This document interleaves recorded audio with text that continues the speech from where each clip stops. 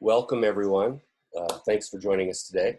I send Shaner Sensei's greetings. He is watching, but he had a bit of a procedure this morning and so isn't going to be speaking today, but he sends his best. If we don't have any questions, I want to tell you a little bit about our speaker today. Josh Queen Sensei, who is one of our longest standing students and instructors in South Carolina, is Yondong, Chudan and full lecturer in the Key Society. He has his Bachelor of Arts degree in Business Administration from Mercer University in Macon, Georgia, and his Master's in Education in Clinical Mental Health Counseling from Clemson University. He is a licensed professional counselor in South Carolina, a licensed addiction counselor, and a national board certified counselor. Let me tell you a little bit about his timeline. He was born and raised here in Greenville, South Carolina, and has lived his whole life, except for his undergrad work in Macon, Georgia. Started martial arts as a teenager, and I'm sure he may tell us a little bit about that, although I don't know. Was first introduced to Aikido in 1993 as a freshman in college and trained in Seidokan Aikido at the college club at Mercer University. When he came home, he found us, and we are so grateful. In 1994, Queen Sensei started training at South Carolina Key Aikido and has trained ever since.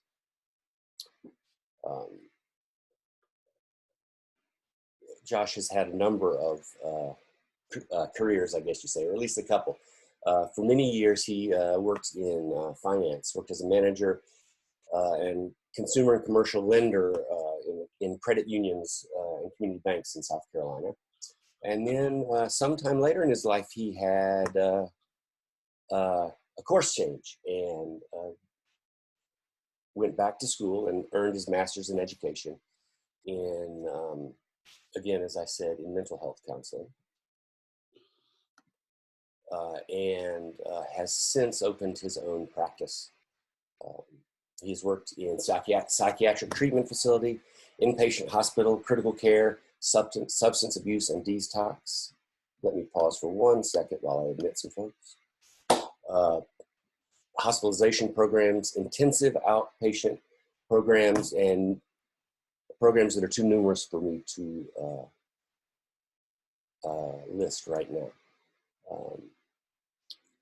Josh and I have a personal connection. Josh's grandfather, Henry Jones, and I shared the same workspace, Furman University. And my dear friend, Henry, actually had an office next to me for 15 years at Furman. And we were great friends, and he was a cherished friend, and we all miss him greatly. So without going on too much further, I would like to turn this over to Josh. And so I will mute myself and unmute Queen Sensei. Thank you, Harold Sensei, for the introduction. I was, in preparing for this, it was a little nerve-wracking. We've had all these wonderful presenters, and it's just been very helpful. I've not been able to attend the live. I think I've been able to do one of the live presentations. Most of them I've been listening to after, because usually I'll have sessions in my office or in my practice during this time. So I'm actually coming to you from my practice, so you can see the couch and the chair and everything like that. I'm in here for a few reasons. One is it's the best my best reception. I can be more direct in terms of here, and I thought it'd be very helpful because I want to talk a little bit about how I feel like personally for me I incorporate key principles in terms of counseling, and it actually starts in the it doesn't start in the office, but it's a very physical part of it is in the office. And one is distancing my eye. In all those lists of places that I've worked in that Harold Sensei brought up, I think it's been very helpful for me, not only as it relates to physical distance, so I can see the client or the patient and client can see me, but also as it relates to helping maintain, therapeutic boundaries. So just to kind of give you a glimpse, that's kind of what I'd like to talk about a little bit today. I want to be able to share maybe some stories of things that have gone on that I feel like has been very helpful, not only my transition from banking to mental health counseling, but some other areas of my life. I will tell a story though, because I get kind of off track sometimes. I have my notes, I have my slides, but I do want to share a story. And it's about every time I see one of these a presenter, or when we're doing these videos, I have these stories that come up because I've been as Harold Sensei said, I've been training since Key Society since 1994. So these stories will come up, and I tend to learn better through experiences. So we'll talk about that too, the experiences, but I tend to connect a little bit more as it relates to just those kigatsukus that we've been talking about, those aha moments. So communication. So Harold Sensei, I trained when I started Key Society, I trained in the mornings. We had a group of people that trained, and we trained Monday, Wednesday, and Friday. It was a handful of folks that trained, and I had not really trained with Harold Sensei or Shaner Sensei or Shaner Sensei because I didn't come to the evenings or the weekend trainings. I tend to just train in the morning. We trained at 6:30 in the morning. We train and then go to work. So Shaner Sensei, Russell McCullough Sensei, Barry Chadwick Sensei were preparing for their Shodan test, and so I would be present just to be there. It was in the morning, so we were just there in terms of taking leukemia, et cetera. But I really didn't. They were really focused. The teaching was really focused on their preparation for Shodan. So I decided I need to come to these evening classes because I need to get out of my little comfort zone in my group and go and train with the evening class. So Harold Sensei was teaching, and this is the first I can remember people usually based on things related to the first time I took a chemi. What was the first art? And so Harold Sensei called me up, and I was only like 19 or something. So I was young, I was flexible, I was whatever. And all I remember was he put me in Sankyo, and he was just showing some different things, but he reversed the Sankyo. So it was more of a control technique. My elbow was going to go down and I was going to be down on my back. So he went up, and of course a very good lead like Harold Sensei would do. And I started going down. Well, I was really flexible, but I didn't really know what this was. And I'm not resisting. And all Harold Sensei did was whisper to me, just said, I'd go down if I were you. I'd say, okay. So that was kind of my first interaction in terms of Harold Sensei, in terms of training. And I did go down. So anyway, just a pre-presentation story.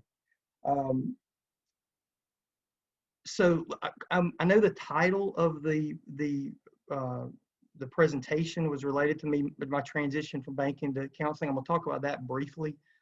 I'm going to talk more, as I mentioned earlier, as it relates to, I think, skills that I feel like I try to bring to counseling practice, and I think that are honestly helped me greatly through grad school, because a lot of things that we train and talk about and are taught on a regular basis, they may have different terms, but it was like I would hear this and I'd go, oh, I already know some of this, or I'd already have some connection with this because of years of training and our teachings. So yes, so I'm not going to repeat what Harold Sensei said just for the sake of time, but long story short, working in a credit union that I did for a period of time, it's very similar to a bank if you're not familiar with, and it's also you're a member. You have a membership. It's collective, and the idea that sometimes because I was the manager, people would come and talk to me and come sit down with me, talk to me, tell me things that were going on, and most of the time they were very positive things. Hey, Josh, here's my so-and-so, my son's going to college, this person's just got a new job, just very positive thing. But sometimes they would come and talk to me about very personal, difficult things that were going on. Well, all I could do is be present. I didn't have, wasn't my place in terms of talking, trying to help, trying to work through, other than to be an ear. Um, so I really didn't have counseling in terms of mental health counseling in my mind as a profession. I had some classes, psychology classes, sociology classes in college. There was an interest there, but then I had this experience in terms of being in finance. I thought, this is what I'm supposed to do. I'm supposed to do something very, very practical. This makes sense. This is what you're supposed to do after college. So I did that for almost like pretty close to 10 years. And then I decided to shift, and I thought everything seemed to be moving in finance to sales. It was more production and sales. So I thought, well, if I'm going to do sales, I'll go somewhere where it's a sales environment. I'm paid to be a salesperson. I'll change my focus. So I briefly was in a position, I say briefly, about a year or so, in terms of sales with UPS. So in between that time, though, on June 25th of 2005, my family and I were in a car accident.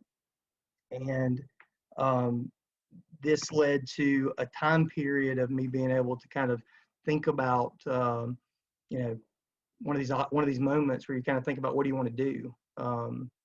Because it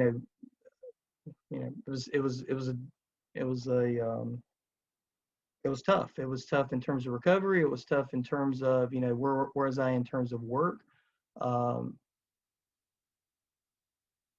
Side note, something again that I feel like connects us in terms of not just Aikido, a lot of different things, but the family that we have in terms of Aikido. I mean, when I had a collapsed lung. I'm not trying to bum anybody out, but so I'm trying to keep the subject matter light. But I had a collapsed lung. I was in kind of like step down ICU. And one of the times I woke up, Harold Sensei's there, Shaner Sensei's there. Harold Sensei's doing,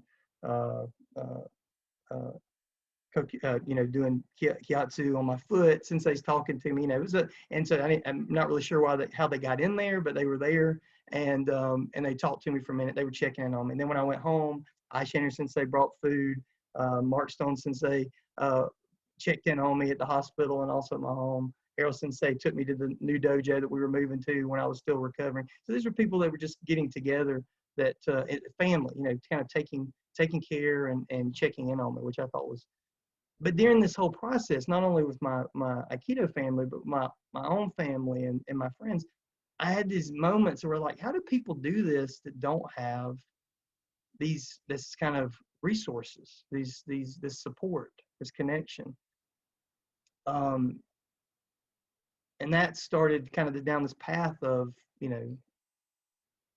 how could I be more in this? And you get kind of a service role as it relates to particularly the credit union. It's non-for-profit. It has a lot of different feel as it relates to helping in the community. So it's down this service path, but it was, it kind of came to a head as it related to this experience. I go back to what I'll probably jump around to some of the previous presenters, but even with what Rich Fryland Sensei was talking about as it relates to Otomo, it's not servant, but serving capacity.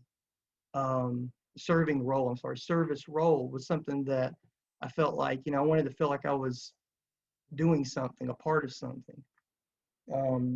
Maybe not on, I don't know, maybe not on a grand scale, but, one-on-one, individually, something. And so this led down the direction in terms of my grad program. So I had to do a lot of preliminary stuff before, because they just wouldn't let me in because I had a bachelor's in business administration. So I had to take some other classes, and then I was able to eventually enter into the mental health counseling program at Clemson University in South Carolina. And while I was working, I was still having to work in banking because I needed to make a living. So I did that, and then I got to a point where in 2008, I had to make a decision because I was done with the academic aspect of it for the most part, but you had to do, part of the program had a long period of time in terms of practicum and internship. Well, I couldn't do that and work. So I then moved, I had to make a decision. So I had to leave my paying work. As you probably can remember, if you don't remember, 2008 was, housing bubble. We were dealing with major recession period. We had a lot of stuff going on. And honestly, I knew this in terms of the banking side, but it wasn't really something I was thinking that much about when I made this change, because I felt like I'm at this place now that I need to take this step. So that's a long way to say how I moved from banking into mental health field. While in this practice, while in my graduate program, I interned and then worked in, since that point, I worked in a lot of inpatient facilities. And what I found there is that, when I was in grad school, as it relates to classes regarding cognitive behavioral therapy, well, it sounds like mind leans body. So that was something I said, okay, I can get behind that. Anything mindfulness related in terms of mindfulness clinical skills, I was like, well, okay, I've got this to associate with it as it relates to my work, my practice in terms of Aikido.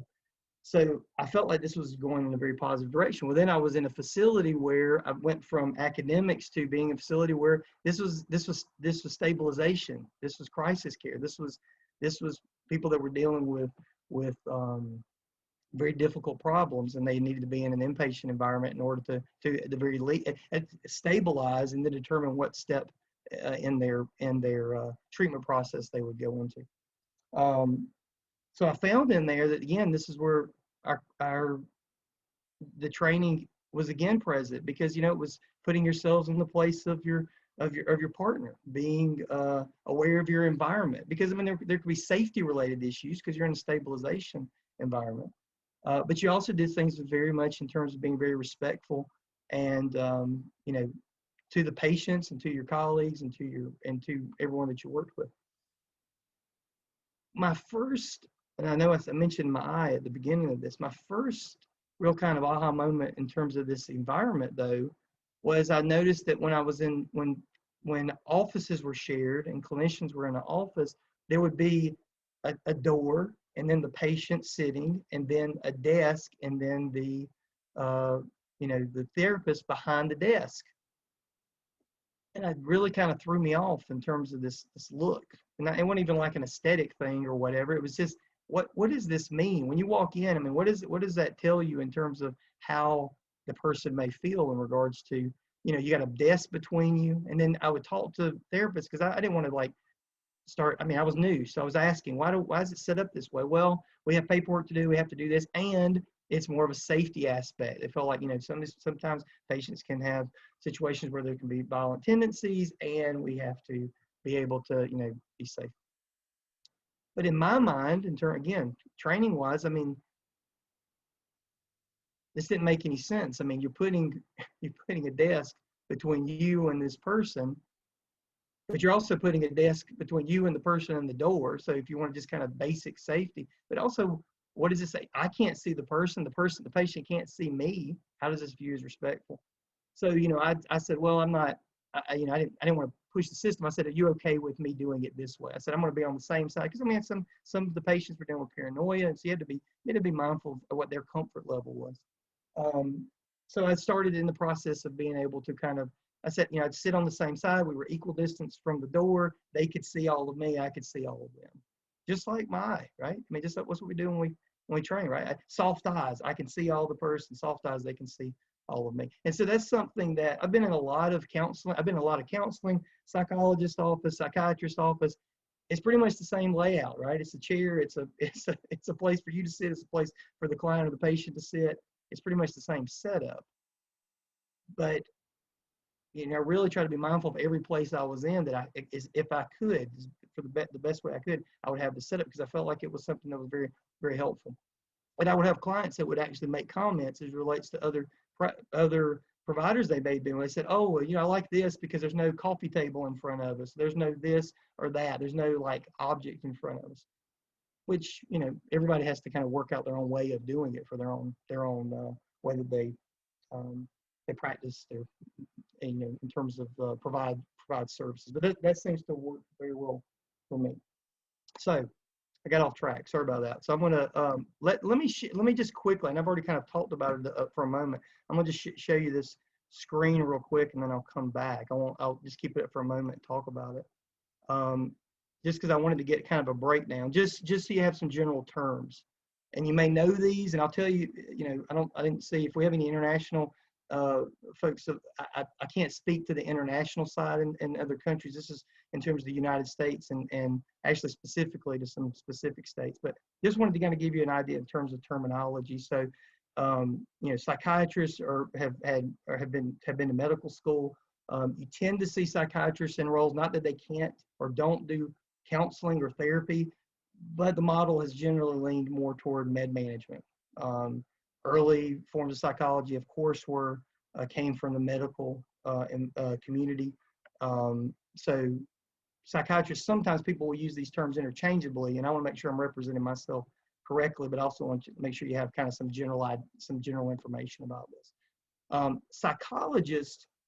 So I'm not a psychologist, so I have a master's degree in clinical mental health counseling. Psychologists requires, at least from what my understanding and from my work with colleagues in terms of the Clemson and other places across the board, generally you have a PhD or a doctorate in psychology. And psychologists do also practice counseling and train to do that. Depends on what direction they go in. Some go in research, some go in clinical, some do some variations. I believe Nathan Patton Sensei's wife, I believe, was mentioned. He mentioned, or Sensei mentioned, she has her doctorate, and she's a school psychologist, which is very specific to that environment and that population. So where it gets a little gray, so psychologists you can get pretty similar from state to state. Where it gets a little grayer is in terms of master's level and up programs. So in South Carolina, licensed professional counselor, we have licensed marriage and family therapists, licensed independent social workers. But other states, they have similar terms, licensed mental health counselor. You may have some terms that are similar, but they may have some different requirements in terms of their programs. But at least because I don't want to use these interchangeably. I'm mainly going to be talking about me, but at least wanted my background, but at least wanted you to have some information about this. Also, places of service. This is not all of them.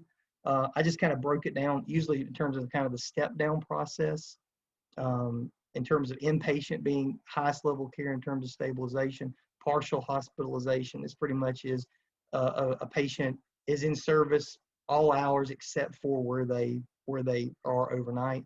Intensive outpatient tends to be in this state and pretty similar in a lot of states, 9 to 12 hours of counseling, usually group counseling per week. And it can be substance related, it can be mental health related, it can be varying diagnoses to focus on. And then outpatient individual counseling. All the ones below inpatient are still outpatient, but individual counseling, what I do in my private practice, and also you can have a group that maybe meets once a week, twice a week. Okay, so I'll get out of that for a second.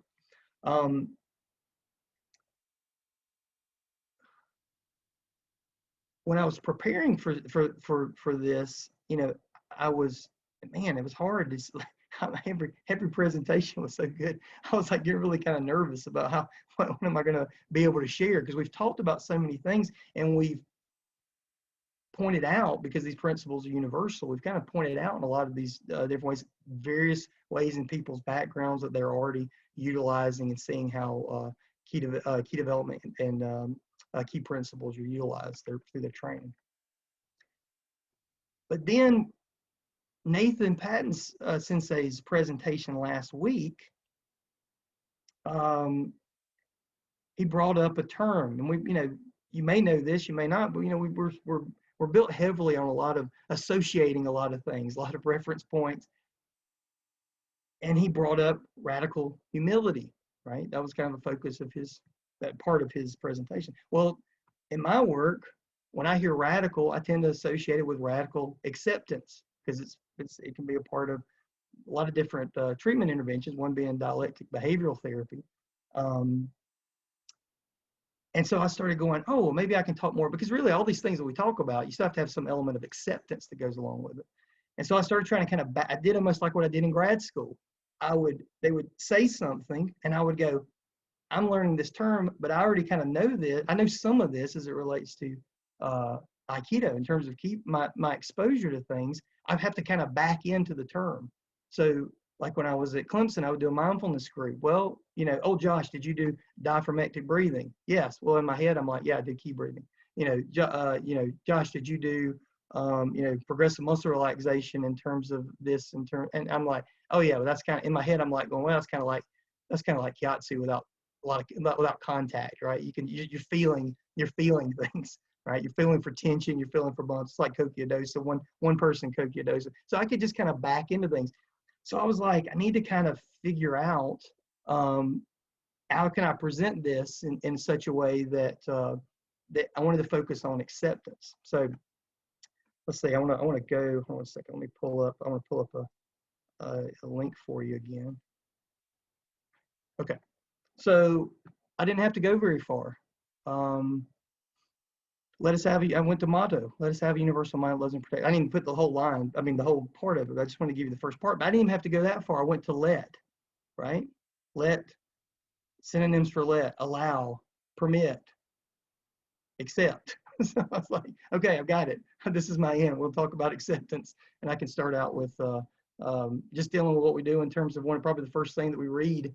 Starting out in terms of reading Shokushu. So this idea of acceptance, it I think helps me in terms of my practice.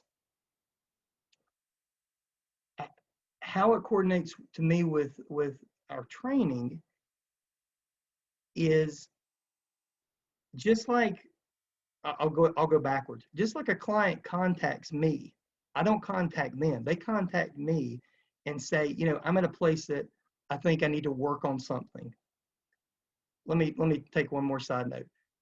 No one comes to me because things are going well. No one's going to therapy because things are going great. Okay? It doesn't mean everything's problematic. It doesn't mean, but they're coming in for a reason, whether it be stepping down from a hospital, relapsing in some way, having to get back into services, or new to services for the first time. They're coming in. So maintaining my composure, knowing that, because when I get called, when someone comes in, I know certain things, but I have to know going into it, there's going to be a problem, right? There's a problem that's the person's coming in about. That's why they're coming. They're seeking help. They're seeking counseling.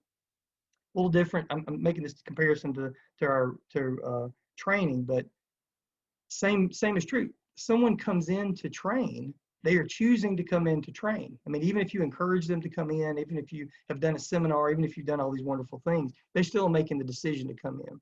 And on top of that, they're accepting that this person in front of them, whether it be the teacher or the other student, the sensei or the other students, they're accepting that these things that they're talking about, they're trying to learn and trying to take in. The client, when they come in, they're accepting that they're about to come in here and share very personal things, maybe something they haven't shared with anyone, maybe something they haven't even said out loud before in front of another person.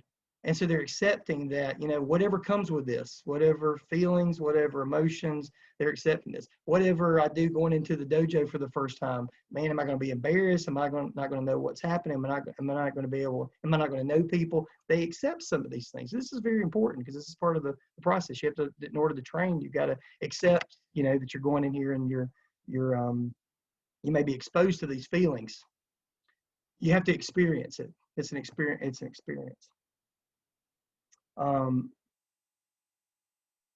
So acceptance is a large component. So what tends to have conflict, especially in my practice, and also what I've seen in terms of other levels of care, the conflict tends to be when I'm not wanting to accept things. Because there's a tendency to think, at least I'm going strictly in terms of some clinical translation, the idea is sometimes that when you hear acceptance, it means I'm giving up. I'm just saying, I'm just going to do this. Or I have to give up some sense of myself in some way by accepting this. When that's not the case at all. I mean, acceptance doesn't mean I like it, but acceptance doesn't mean you're giving up on things. I mean, just now you're getting to a place, kind of like Sensei's been talking about, kind of getting out of your own way, so you can experience something, so you can work through some things that maybe your way of doing it up until this point hasn't worked out. Doesn't mean it hasn't worked out in the past. It just may mean it's obsolete. and you're kind of revisiting and looking at something different, maybe that may be helpful. So we have to have some level of acceptance that, you know, just like with what we practice as it relates to acceptance of our training and these experiences, we also have to accept that the client has to come into the space, and just like we go into a dojo, have to go into a space and have to kind of be open to what's going to happen, which could be an experience, which could be a difficult experience. Think about this for a second. Whether you've been in therapy, whether you've known someone's been in therapy, whether you are talking to someone that may be interested in being in therapy, this is very difficult. I've had groups before where people were like literally holding on the door frame to not go in. They had so much internal difficulty with this idea of going in and being raw and vulnerable potentially in front of these situations. And to me, that says a lot about where they are in terms as it relates to saying, you know what, I've got to work on something. I'm going to do something, because they've taken that step to do it. Because again, I didn't make them do it. I didn't go get them. They contacted me. Oh, here's another example too. How about when someone's mandated to come in? Well, I've had in intensive outpatient programs, someone said, I'm not here because I want to be. I'm here because if I don't come in, I go back to jail, right? I'm on probation. So then you have to work out the idea, well, you're choosing to do this versus going to jail. So this is you're still making a positive decision for yourself as it relates to the situation. So another example of decision making. So in counseling, it's very experiential. The flip side of that is, which is also very powerful, is experiential avoidance. And this can be it can be a coping skill. It can eventually become a maladaptive coping skill at times, because it's so quick. And here's something I'm uncomfortable with. Therefore, I'm just not going to do it. And then cognitive ease sets in, and maybe I don't feel that level of stress. And that may be okay if you're like me and you don't like roller coasters, and you go, you know what, I'm not going to get on the roller coaster because I don't like that feeling. But if I was like a roller coaster engineer, or if I did something that related to my job, that might be difficult. That might be a problem in terms of my career. So you have to kind of look at it subjectively in terms of what people are dealing with, what they're working on as it relates to this experiential avoidance. So I tend to focus on acceptance commitment therapy. I tend to do a lot. It's kind of third wave cognitive behavioral therapy, which is another intervention. I tend to work on this heavily in terms of how people build their threshold up to these experiences. Again, I flash back to our training. I don't know about, I'll speak for myself. Anytime I'm having trouble with something in the dojo, at a seminar, it's going to happen that I'm going to get called up to do it or do something related to it, right? I can sit here and go, don't look at me, don't look at me, don't look at me. Like I'm sitting and say some kind of, don't look at me, don't look at me. But then, it's almost like, oh yeah, come on. So what does that help? That helps our threshold, right? We work on, we always say it's good to be corrected. We kind of build that into our culture as it relates to our training. Well, not everyone has that viewpoint. And especially when you come into an office where it's like, no, I don't want to feel this. I don't want to experience this. I'll show you another. Think about this for a moment. Feel better or feel better. So a lot of times when clients come in, it's some form or fashion. I mean, you really can take it across the spectrum. You can take it from, I'm having a difficulty transitioning at work and it's caused a stress, to, abuse, assault, past experiences. I mean, but at the end of the day, all the in between, there's this level of, I want to feel, more times not, clients are like, I want to feel better than I feel right now. So the emphasis on that, the part I underlined there, the better, I want to feel better. It's a collaboration in terms of working with the client, but the therapist viewpoint is we're trying to feel better. The other side, the feel part, is what we're trying to experience, right? I want to feel. My feeling may be exactly connected to what's going on. I may feel stressed. I may feel sad. I may feel depressed. I may have, because these are things that are going on. What we're dealing with right now in terms of the pandemic. This has dialed things up. Cues are all thrown off with people. So sometimes it's like, wait, why is this bothering me? Wasn't bothering me before. Well, environmentally, here's some other things that have been added to it, and maybe I'm just past my threshold, and I'm working on that. So if I'm in a moment of feeling anxiety or stress, it may not be pathological. It may be I'm experiencing something very natural because of the situation.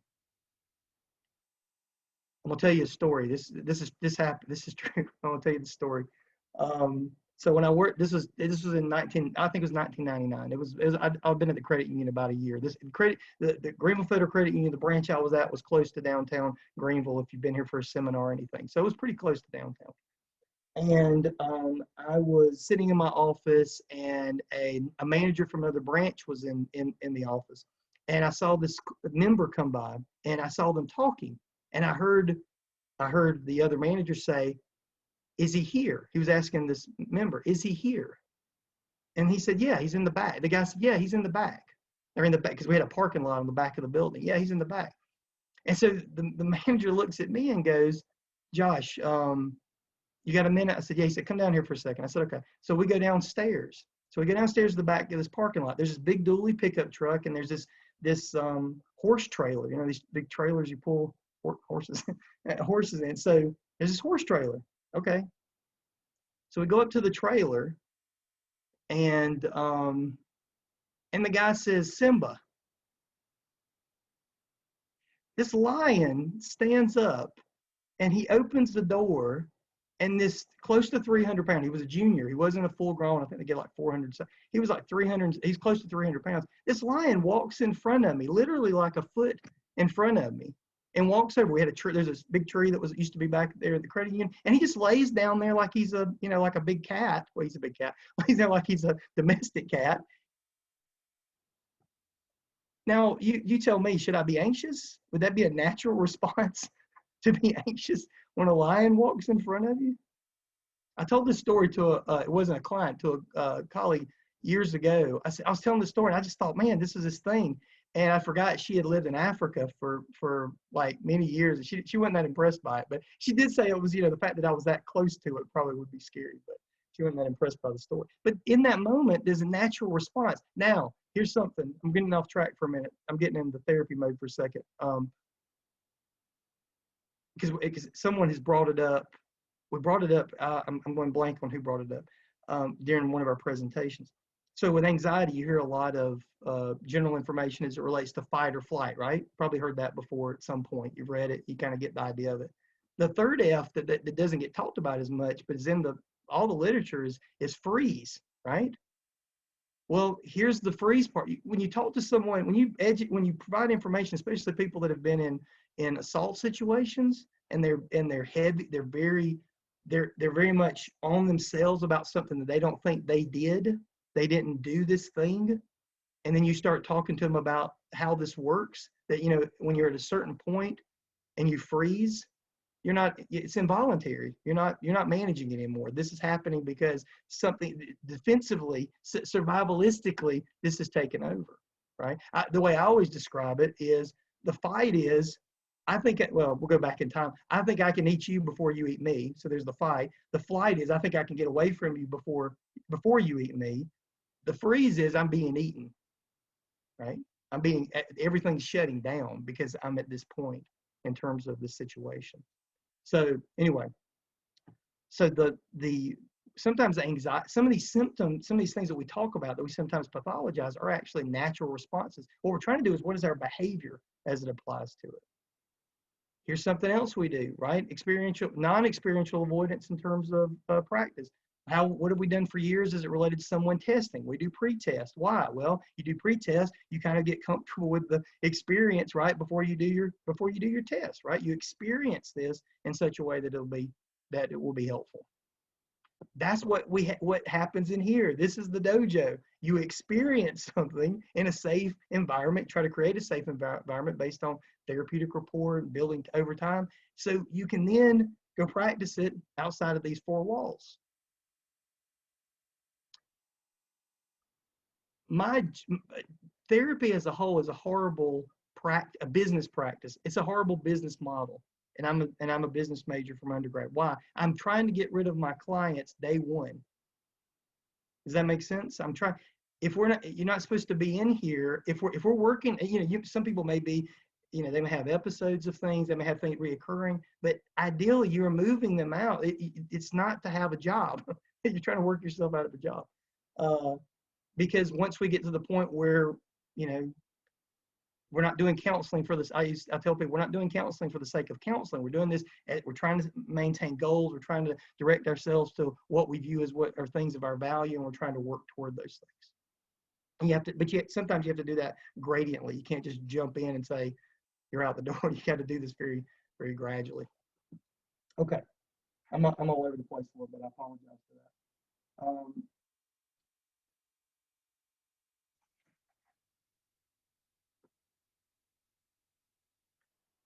I know we got a few minutes. I want a little bit about Mark Stone Sensei brought up in his presentation about, he made the connection with golf and meditation.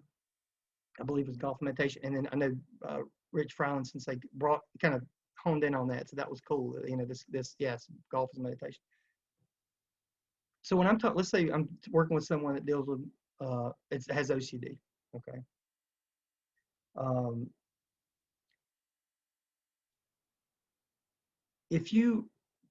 It's based on intrusive thoughts that come in. These are, I'm not asking for the thoughts to come in. They're intrusive. By definition, they're intrusive. And they're disturbed, whatever, it's disturbing the person. Now, for someone that doesn't deal, with this condition, they may be able, it may be a fleeting thought. Something comes in, something comes out. Oh man, that was really disturbing, but they can dismiss it. But when you're dealing with some of these conditions, you don't get to do that. It's harder to do that. So it's an intrusive thought. So how do you introduce? My experience is people will, they will understand that certain things happen, but they'll forgive themselves for certain things that happen, external things. They can acknowledge what they control, what they can't control, what they perceive they can control, and what they can't control. But sometimes they're really judgmental as it relates to our thoughts, because we think we should be able to control these thoughts, when more times than not, we're really good at filtering things. And sometimes this filter is not on as it relates to this obsessive thinking that can come up. Think about maybe driving from one destination to another. You're going to a friend's house, or you're going to work, or what have you, and think about, you don't remember every little spot that you drive. You don't remember every frame of that drive, especially if you've driven it many times. Now, if something happened, if you notice there's a stray dog, or if you notice there was a tree down, or if you notice someone was selling their house, you might have a reference point then, but you don't remember these things like that, because we don't have any problem with that. We go, oh yeah, I filter that stuff out. But when it comes to these intrusive thoughts, what comes with the intrusive thoughts is judgment, right? How do I see myself? What does this say about me? What if I'm really like this? So my connection that I tend to have with clients as it relates to intrusive thoughts, when you start kind of introducing that, is breathing. Because as much as we talk about key breathing and so forth, it's still involuntary, right? I said that earlier, it's still involuntary. As long as I'm alive, I'm breathing. It might get other help, but I'm able to breathe. So, you kind of, even starting the person with them touching their chest and saying, noticing their breath, and then noticing, oh, that's intrusive. Yeah, I never thought about that. I just breathe because I'm alive. But yeah, you don't wake up and say, okay, my heart starts, my breathing starts. You just accept that this is involuntary. But thoughts, for some reason, can be really challenging to work with someone as it relates to that, because they think they should be able to control their thoughts. Walk outside and hear a bird chirping, right? You don't, unless there's any kind of hearing challenges, you don't go, oh, I don't want to hear that bird chirping. You just go, you kind of accept the birds chirping. It's technically still intrusive, but it's not something that, it's not the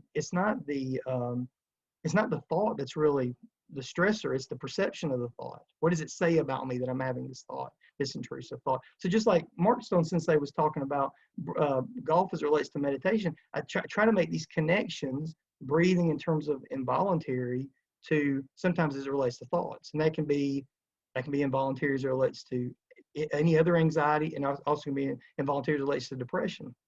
You know, I don't want to feel this way about this situation. I don't want to have this thought about this thing that happened in the past or how I feel right now.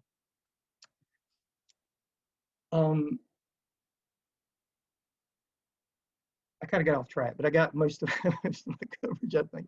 I mainly want to just be able to give some example, of what I do. If this is something that is helpful in terms of either for you or for someone you know, or something, just to kind of get a glimpse of what the counseling part is supposed to be like. Well, you know, I just shared several ideas, several connections that you in your training. You could, not that your therapists are trained to do that, but you can at least say, hey, you know, I know that there's this part of being, you know, being mindful. I know this is part of being forgiveness in terms of being non-judgmental. And there's a side of not, you know, dealing with experiences, not experiential avoidance. So you already have kind of a connection as it relates to some of those things. For me, personally, it also helps me. I mentioned earlier, no one's coming in to see me because things are going good. I've unfortunately heard and seen a lot of horrible things that I can't unring the bell. But me hearing it and talking about it is not the same as them experiencing it, right?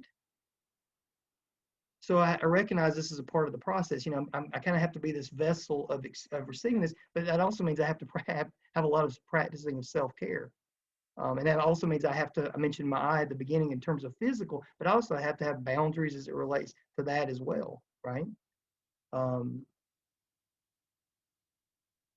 So I know I'm getting close on time. So let me kind of close this. Hopefully, with all this going on, I hope for all of you, you're really dialing up the self-care.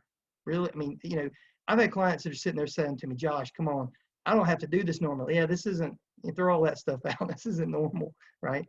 Dial it up. I mean, if it means, you know, I normally talk to someone once a week that's really supportive, maybe I'm talking to them twice a week.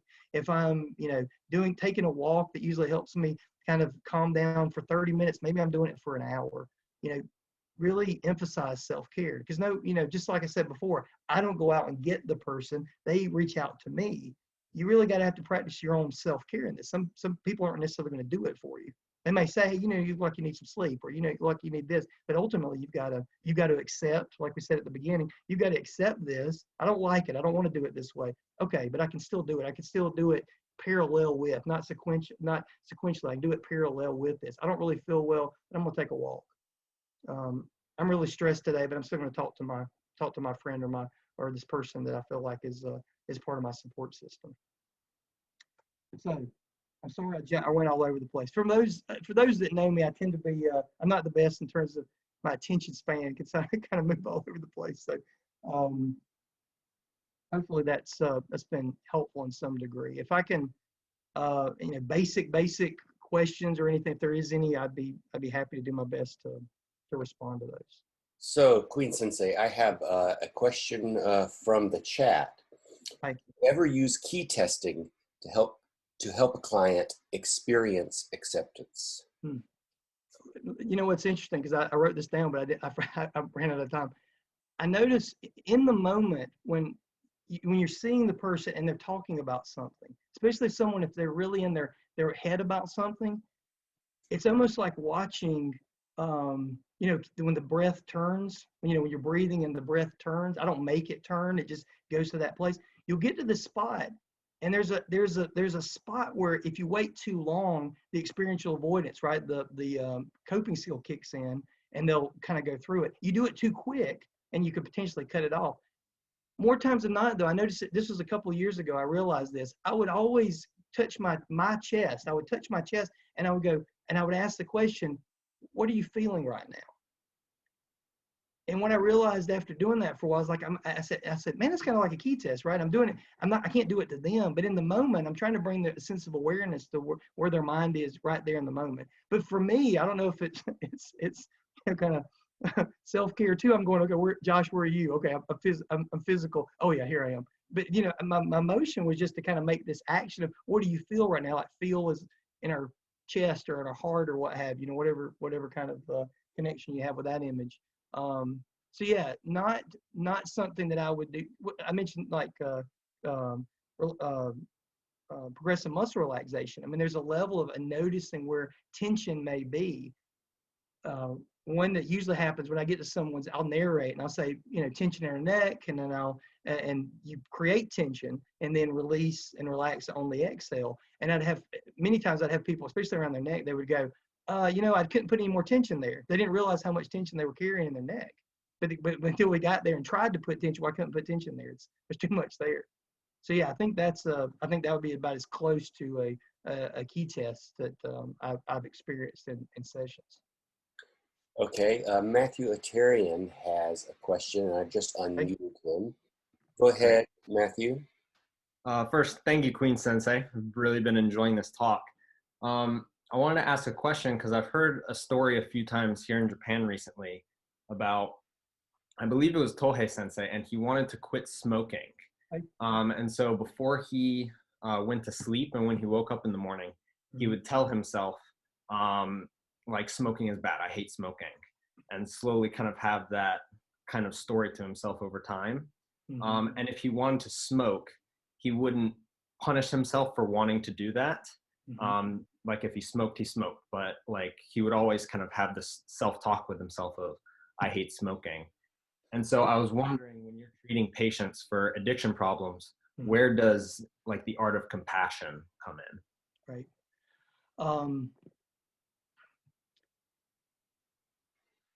Historically, with addiction counseling, there was a period of time where the therapist, sometimes it came from a person that actually was in recovery themselves. I mean, that was that, and it's kind of, and still can be that way to some degree. So sometimes you coming into it, me coming into it, for example, I don't have an addiction as it relates to substance. We could probably argue about other things that I may do in terms of addictive, and we have thoughts and what have you, in terms of maladaptive behaviors. I made the story before when I was in intensive outpatient program. We would meet 3 nights a week from 6 to 10. It was 12 hours a week, and these were people that dealt with substance dependence, not abuse, dependence, and most of them were mandated to come in. And I think I mentioned earlier, the person made the comment, said, I'm not here because I want to be, I'm here because if I don't come in here, I go to jail, or my DSS has my kids and I'm trying to. They're making the decision, they're making the positive decision as it relates to not using, because they'd have to pass drug screens, they'd have to participate in terms of treatment. They're making the decision. So that the self-compassion is they're doing something for themselves, something very positive for themselves. They may not like it. Again, that's where we get to the acceptance again. Acceptance has nothing to do with liking it. I don't like that we're in a quarantine in terms of a pandemic. Do I accept it? Yes. I accept this is what, does that mean I'm doing anything? I'm not doing anything about it. I'm working. I'm doing telehealth sessions. I'm doing things with yes. So I think the self-compassion is, Matthew, let me say this too real quick. More now we look at harm reduction models in terms of addiction, because a part of recovery model is there may be relapse. So when you work with someone, even diagnostically, it's changed a little bit, but even historically diagnostically, you would say sustained full remission. You never left the diagnosis that this person dealt with, for example, alcohol dependence. It was always sustained full remission.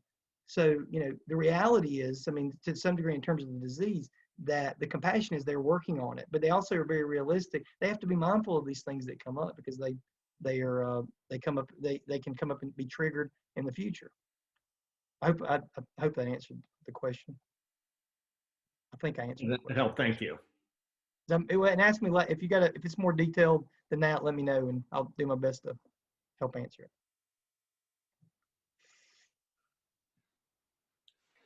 Well, with that, Queen Sensei, if you don't have any closing remarks, I wanted to pass along from Shaner Sensei.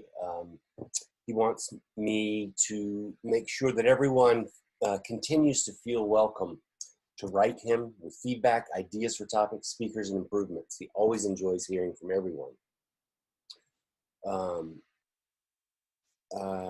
And he and I were talking earlier in the week about what reopening will look like, at least in the U.S. And so he's discussing with Japan's headquarters recommended guidelines for whenever local conditions merit such consideration. And so he does want you to know he's thinking about the reopening process and just trying to be mindful of everyone's desire to train, but also the risks and rewards involved.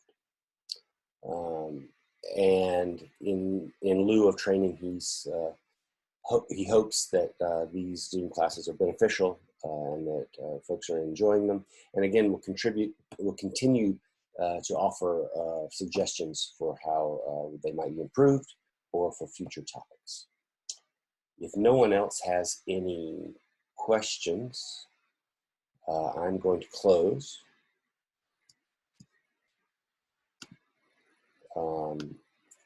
And I hope everyone stays well and hope to see you again soon. So please take care. Bye-bye.